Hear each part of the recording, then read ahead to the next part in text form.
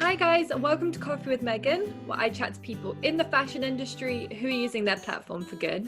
Today I'm talking to Elizabeth Stiles. Elizabeth works as an independent fashion consultant, and she went from being really high up in the high street fashion chains, working in supply, buying, all different areas, so she has a wealth of knowledge, to now being a consultant, independently working for herself and working with small independent brands from the startup process and really helping them find their confidence and their story and how they want to put it forward. And she calls herself the happy face in fashion, which I really can see that, and I think you'll see in our recording just how happy and positive she is, and kind of not that scary stereotypical someone who's been high up in fashion vibe that some people can give off. And she gives such amazing advice in this episode all about starting your own business and how it can actually give you more security than being in big corporations, and how to make a small startup successful, and what things you need to look out for and mistakes you can make along the way. So I hope you enjoy. Hi Elizabeth, how are you doing? I'm good, thank you. How are you? I'm doing good. Yeah, hot, as we were just saying. It is some sort of heat wave here in England. I know. It is hot. Where are you calling from right now? I know. I am from the UK also. I live in a little village about 40 minutes north of London, so not too far from you. Oh, not too Yeah. far. In a nutshell, let's tell people exactly what you do and what kind of area you work in. Yeah, so I've always worked in fashion. Like, I feel very lucky that I've always known that from a very young age. And I know it is like a privilege to know that, because you can go through your whole life and not really know what it is that you want to do. So yeah, so from really young I always knew that I wanted to work with colour and clothes. But then I was like, is it costume design, or like, I don't know, it was just always there. And as I kind of got older, I ended up working in fashion retail buying. So I've worked for brands like Next and Miss Selfridge and kidswear at Asda as well. And then I ended up kind of going over to the other side, the dark side, they call it, in supplying. So I was a design manager at a studio in London, managing like a team of designers, and we were sort of selling into the buyers. So as a buyer, I would buy things, and then I was also like the sales person as well, selling into brands like River Island, Urban Outfitters, Warehouse. So it was nice to see like the whole industry from beginning to end, like as a 360, like negotiating prices, working on new trends, like building ranges for people, working to different design briefs for different brands. So I think sometimes people just have this one career in like a certain industry, and it was nice to see, a different side of that. And then that supplier set up their own brand, and I kind of managed the launch of that. And I was like, it's really hard to launch a brand. There are so many things to think about. I wonder how many other people are trying to do this out there that are maybe like, say like you come from a creative background, but don't necessarily know about like factories and fabrics and stuff like that, and maybe looking to start a brand. So I was like, put some messages out online in Facebook groups and things, and said, this is what my experience is. Do you want to have a chat? And I was just interested to see if there was any demand for it. And I got loads of messages back saying, I'm trying to start a brand. Like, can you help me? Can you help me? I was like, great. I've got a business. And so in September 2018, I left my job, and I now work with independent brands, all the way from like, it might just be an idea in their mind, to multi-million-pound companies working on their manufacturing issues, marketing and mindset. That's incredible. What a journey. I read on your website, you've had 12 years experience with all of that in the fashion industry, even though you look very, very young. Thanks. But like, what was the turning point where you were like, I know you said you saw there might be a struggle, but what was it that you felt like you were more inspired to work with the independent brands than being in big corporate and all the high street chains you experienced? What was it that you wanted to? Yeah, I think I was bored, to be in hindsight, of like, it was a bit of a machine, just churning out t-shirts that said love or Paris or something on them, and it was like, it's fine and they make loads of money and it's like, it's good business, but it was boring and it was too quick for my liking. Like something would sell really well and it's like, what's the next one, what's the next one? And it's like, can't we just appreciate that this is a really beautiful design that's selling really well? And there was none of that. There was no time for it. It was like next.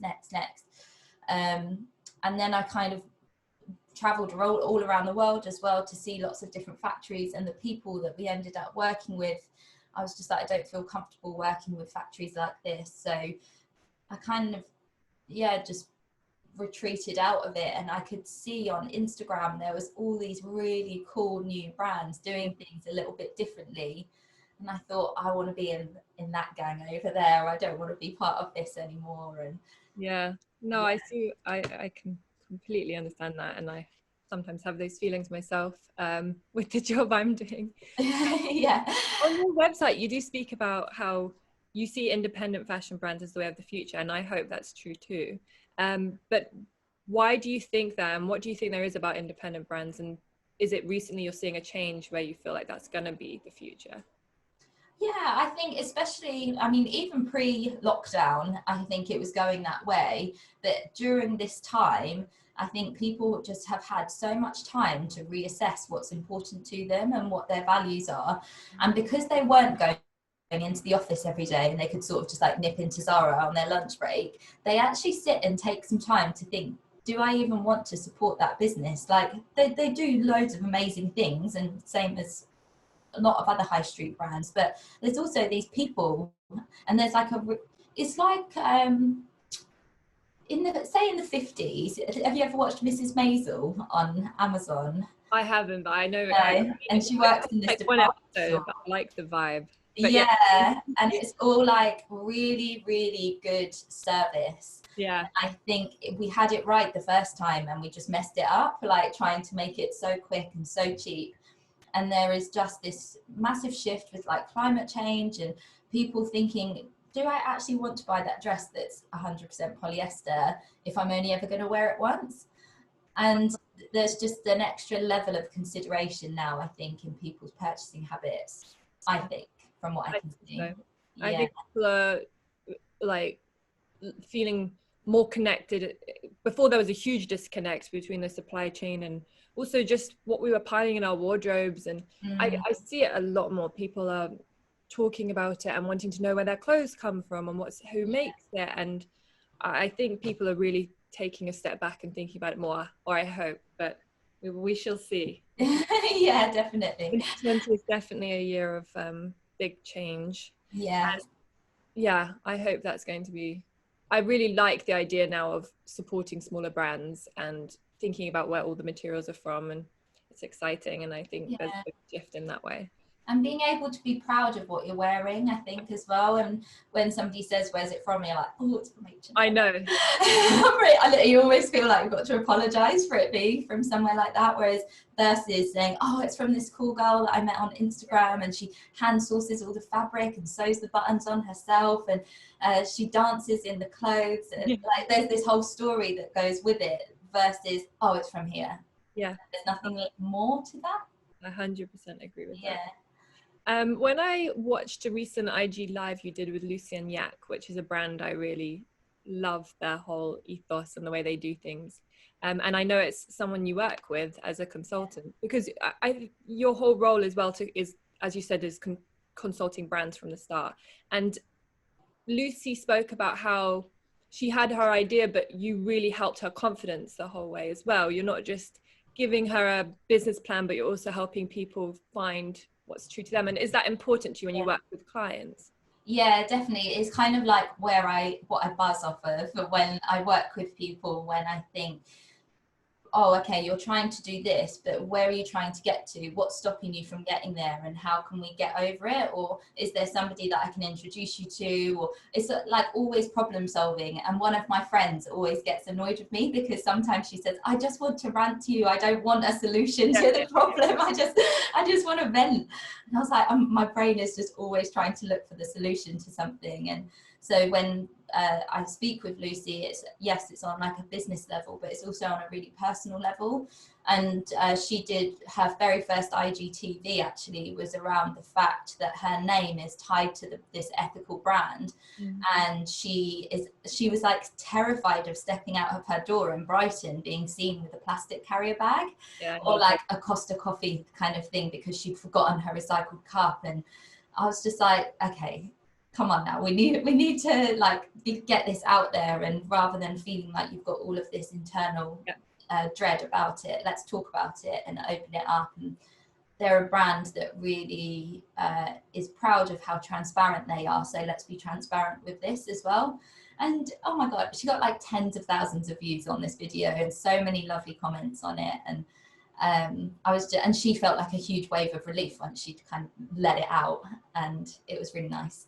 I really relate to that. Definitely doing now a sustainable product and being about a coffee cup and single-use plastic, and you suddenly feel this weird pressure. And I mean, yeah, it's a pressure that you're like, oh my god, I have to be perfect now if I'm saying yeah.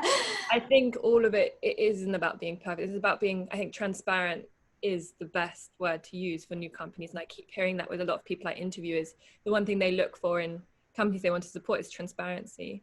And I know you personally are on like loads of social media platforms as well. Like you have a podcast, you have a blog, you all on Instagram doing lots of videos. And like you said, for Lucy to be transparent, do you think that's a huge part of a new company, is to be on social media and kind of show yourself? Is that something you encourage? Yeah, definitely, because there was that thing around the influencer who had 1 million followers but couldn't sell these 30 t-shirts. It was like a big story a couple of years ago, and I think it was because there was this level of expectation that just because people are there they should buy from you. And I don't think that's it at all. I think it's the fact that yes, it helps to have more people, but also that you're providing a service to people. You're solving a problem to something, you know. So even I'm just going to use Lucy and Yak as an example, that they saw a problem that all ethical clothing was a little bit serious, and so they wanted people who wanted to have fun with their wardrobe but also be kind to the planet to be able to buy something, and it wasn't out there. So they're coming at it from a point of service. And I think that's something that I teach in my course about like how to start a fashion brand, is you have to have a purpose as to why you're there. And then when you reconnect with that purpose, you have so much to talk about. So around mine, like I'd worked at Arcadia for a year, and it was honestly the worst year of my life. And so I really want to encourage people that you can work in fashion and be a nice person. Like, they're not mutually exclusive. And so I talk about that quite a lot. And I think when you reconnect with what your purpose is, you can get on video, you can write the blogs, you can do the podcast, because it's all connected to the purpose as to why you're there. Because there's so much competition as well online.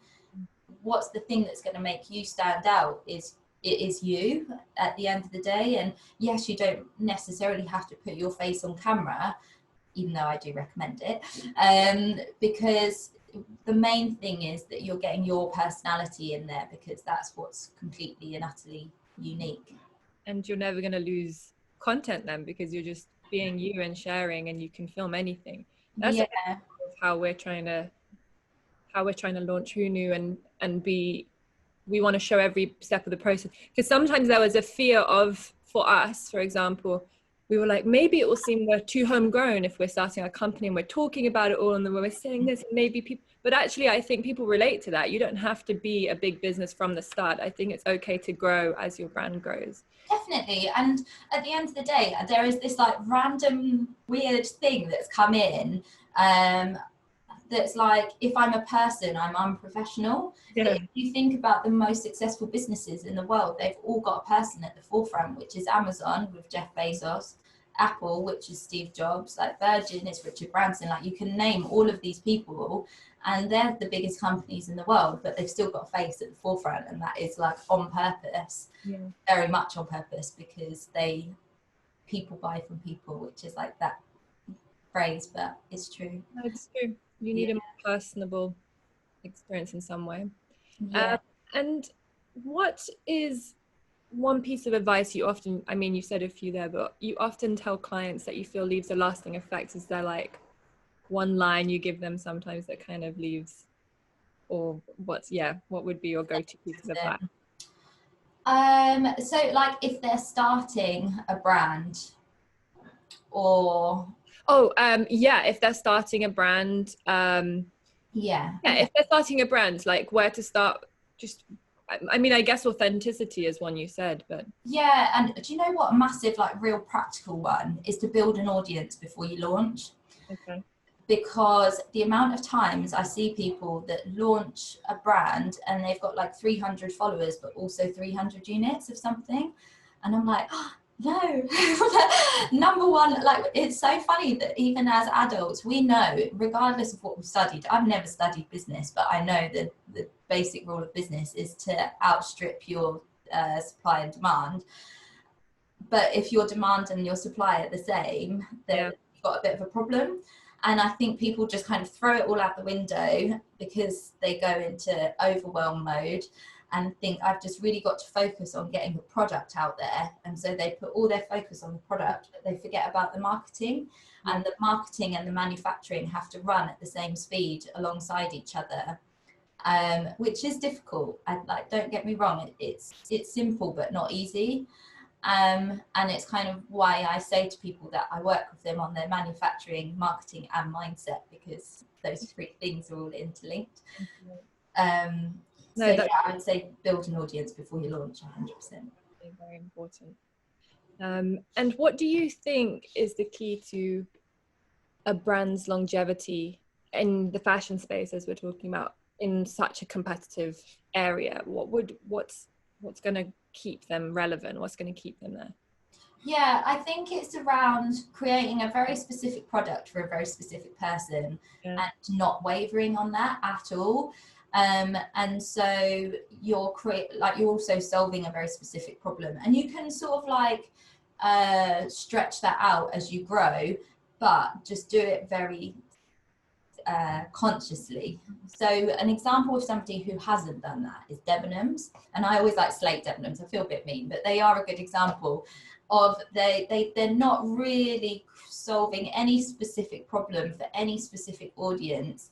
And I wouldn't know like what they stand for. If I was to try and describe them, I would only be able to talk about the what. So it's like a department store, so for everyone.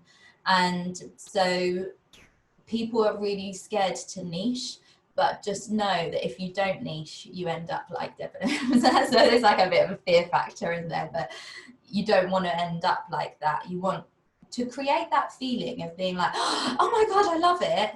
It means that some people have to not really like it. Yeah. And as humans, we're kind of trained to have everyone like us. I just want everyone to like it.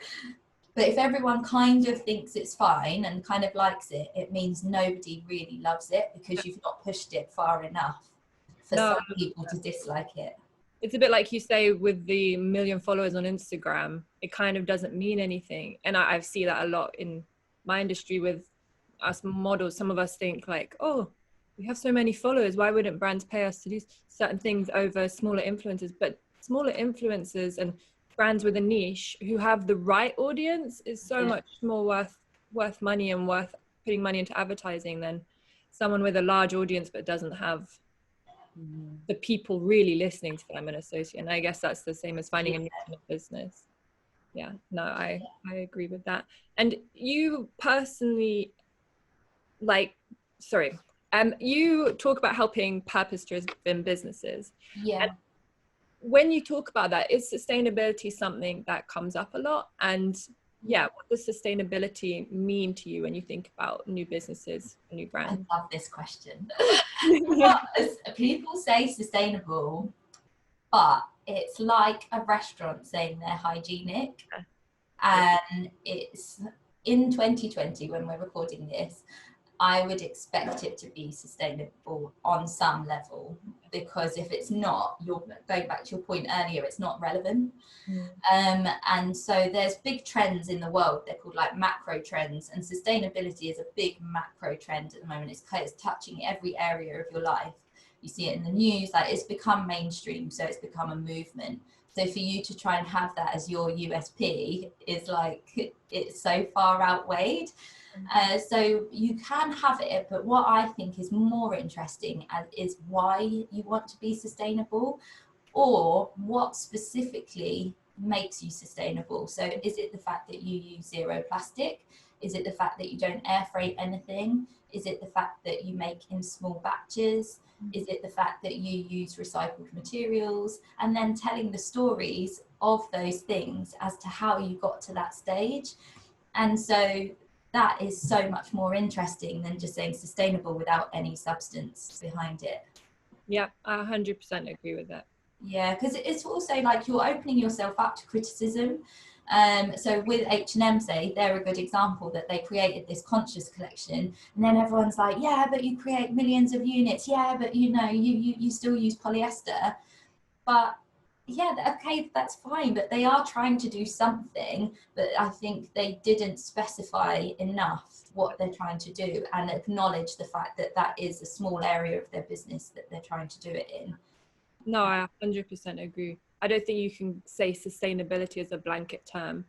Whether it's you're making clothes with thinking about the workers in mind, you just explain that story, or you're making a product to combat something, but maybe not all your manufacturing is sustainable where you're trying to get there. And I think it comes back to transparency. But yeah, you're right. And sustainability, you can't really grow a new business right now without taking that into account in some sense. And I think then it will stop longevity of a company if they don't talk about it at all. But yeah, definitely. But to be honest, is the most important thing. Yes. Yeah, but being specific and being transparent, 100%. Yeah. And I wanted to know your advice, because it's sometimes scary. You took a big leap from being in the corporate world to being an independent. You work for yourself now, I'm guessing, and you have your own company and you're a consultant. Was that a scary move? And yeah, could you talk a little bit about your experience of doing that and how you found the confidence? Oh my God, it was so scary. It took me like a good 2 years to leave, I think. From the moment that I thought about leaving to actually leaving was, about 2 years. But what I did was I filled every spare moment with like personal development books, business books. I carried this little notebook around that was basically the size of an iPhone that I would write everything down in. And it's funny actually that on the very first page of that book, I still have it, was that I wrote like the friendly face in fashion, and I now have that in my bio.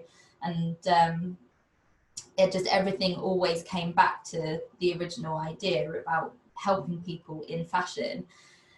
I just couldn't figure out how to do it.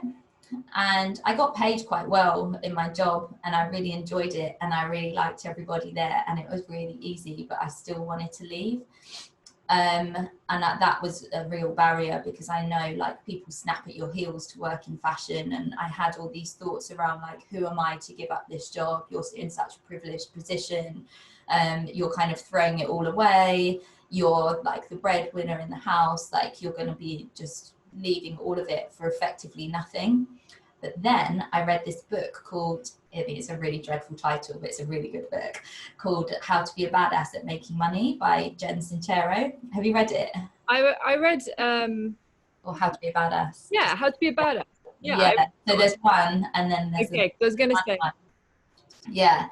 And she said, I remember it so vividly. I was walking back to the train to go home, and she said, when people leave their jobs, they think they're leaving it for nothing. But she was like, what you're effectively doing is like taking the roof off your car, and you're then driving around in like a convertible where the sky's the limit. And so rather than seeing it as going down, you should see it as going up. And I was like, oh my God, I've literally never even considered this. I just always assumed I would earn less working on my own. But what if I could earn more? What would that look like? Like, how much would I charge? And I downloaded this spreadsheet online that was like a freelance income calculator thing, and she said, you know, if you have this service and you charge this much and you sell this many per month, what would that look like? And then a different service, and it worked it all out for you.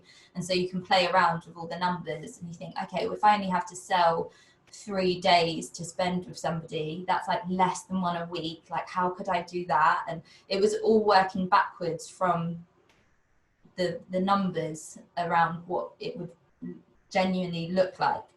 And I thought, no, like, this is okay, I think I can do this. But then with the mindset stuff, to completely like cut the cord with the salary, I did this workshop with my she's my friend now, called Sophie French, who's a master NLP practitioner. Okay. And she ran this workshop called How to Crush the Can't in Your Head. And my can't was like, I can't leave my job. And so she did all these like fabulous NLP brain rewiring exercises, and then she was just like calling, am I allowed to swear? I don't know. Yeah, of course. She was like, you're like calling, she called bullshit on all the stuff, all the excuses that you tell yourself as to why you can't leave. And so I did that workshop on the Saturday and then handed my notice in on Monday. And then burst into tears because I was so of course. yeah. So we were having, I mean, first of all, love NLP, read books on it, and I just think it's an amazing technique. Yeah. But me and my boyfriend were talking about it recently, and how a lot of people believe they have to be in like big businesses because then they're safe. But actually what we're seeing a bit with right now, with obviously so many companies, sadly, like they don't have the money to run, but so many people then lose their jobs. So almost being independent and then having something that's yours, that you control. Yeah. So in some ways gives you some, it's not safety, but it's also safety because you control that. So it's a little bit, it's like, there's two parts of it. And I think that it's really amazing if you can do things on your own. Yeah. When I worked at one of my jobs, I had this boss and I didn't really like him. And he said to me, don't leave this company to go to a smaller company because you're safer here. And I was like, okay, I appreciate you're trying to look out for me, but I'm going to go anyway. And 3 weeks later, he got made redundant from that job. And I was just, that was my lesson. I was like, nobody's safe anywhere, honestly. I agree completely. Yeah. And finally, do you have anything else you'd like to say, or one last piece of advice, or anything you've personally learned during lockdown to leave people with? Oh, that's a good one. What have I learned during lockdown? I have learned probably that actually around having the safety of doing my own thing. And I've seen quite a few of my friends, you know, having to go on furlough and having to re-look at the way they live their lives based on like their job situation. Whereas I had the opportunity to take complete control of it and actually dial it up. And I've had like my most successful months during lockdown because of that you have that control to do it. And I would say having it is brave, I think, to leave your job and to leave that like #security, but know that there is more opportunity outside of the 9 to 5. And I read this book called The Multi-Hyphen Method by Emma Gannon. And she was saying, rather than seeing your job as like that one career path, say you made like 30 grand, how else could that 30 grand be made up? Like, could you be a part-time florist and a part-time yoga teacher or something?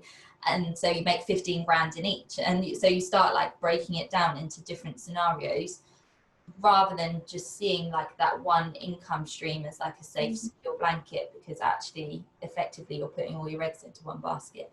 Yeah, 100. That's such a good way of looking at it. Yeah. Yeah, because it's like, well, wait, I've got 30 grand. How am I going to make that? But also if you cut it down into smaller parts. Yeah. And just, actually, sorry, one more question, because I find it interesting to ask. Because obviously you work from home, I'm guessing you work a lot and you have to structure your time. Do you have a way you could give advice? Is there a certain thing you stick to for structuring your time? Or because sometimes I find that hard with getting things done at home, and I'm sure a lot of independents do. Yeah, definitely.